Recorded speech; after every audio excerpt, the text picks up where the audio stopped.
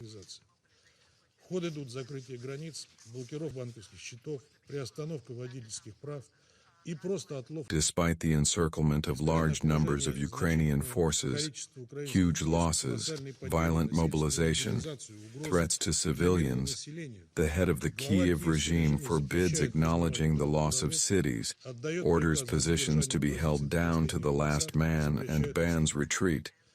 This policy by Ukrainian leadership has nothing to do with military reality and is purely political in nature. Zelensky wants to show his Western sponsors that the front is holding, hoping for continued funding for his war with Russia. And he needs billions to keep the war going for his own enrichment and his ilk's enrichment, and so as to stay in power. Meanwhile, Kyiv is crying out for a ceasefire, and Kyiv's European accomplices are saying the same thing. And the price of these calls to us is very obvious. This so-called immediate and urgent ceasefire is needed for Ukraine only to make sure that their defeated forces get a long-awaited breather. As for the hypocritical appeals for peace from our former European partners, neither Zelensky nor his handlers seek peace. An escalation serves their interests. Just last week, Ukraine's first deputy foreign minister, well known to us all, Mr. Sergei Kyslycha, openly said that Kyiv has officially suspended peace talks with Moscow. In fact, since this summer, Ukraine stopped responding to Russia's proposals, including proposals to create working groups on political, humanitarian, military issues. As regards to the current statements made by Zelensky from Istanbul and European capitals, when they are nothing but an attempt to distract from the monstrous corruption scandal, from day one, we have been clearly stating the goals of the special military operation of Ukraine outside of all alliances, its denazification, an end to persecution of all things Russian. Thank you, Director Goto. It is imperative to end this war and begin the process of rebuilding. Colleagues, diplomacy is the only path to a durable and just peace. The United States has invested at the highest levels, the President of the United States personally, to end this war. We have proposed generous terms for Russia, including sanctions relief. We have asked Russia to halt its attacks and meet directly with Ukraine to negotiate a peaceful settlement.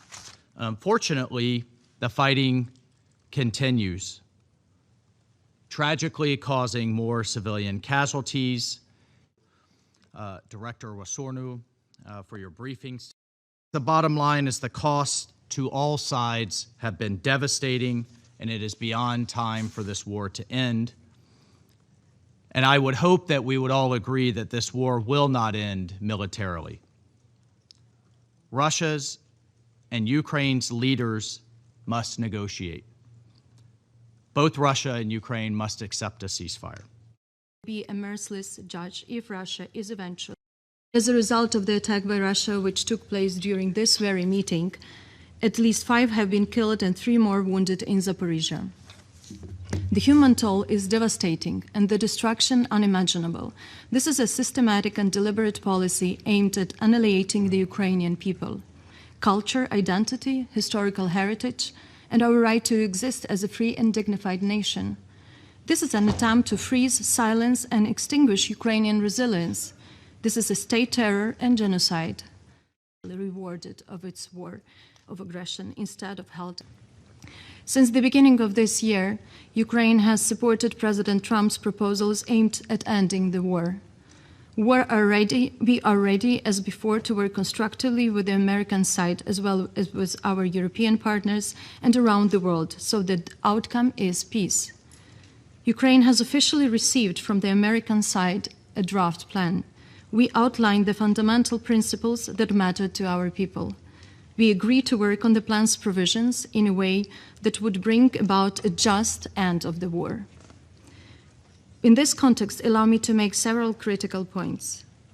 First, While Ukraine stands ready to engage in meaningful negotiations to end this war, including at the leaders' level, our red lines are clear and unwavering. There will never be any recognition, formal or otherwise, of Ukrainian territory temporarily occupied by the Russian Federation as Russian. Our land is not for sale. Ukraine will not accept any limits on its right to self-defense or on the size and capabilities of our armed forces. Nor will we tolerate any infringement on our sovereignty, including our sovereign right to choose the alliances we want to join.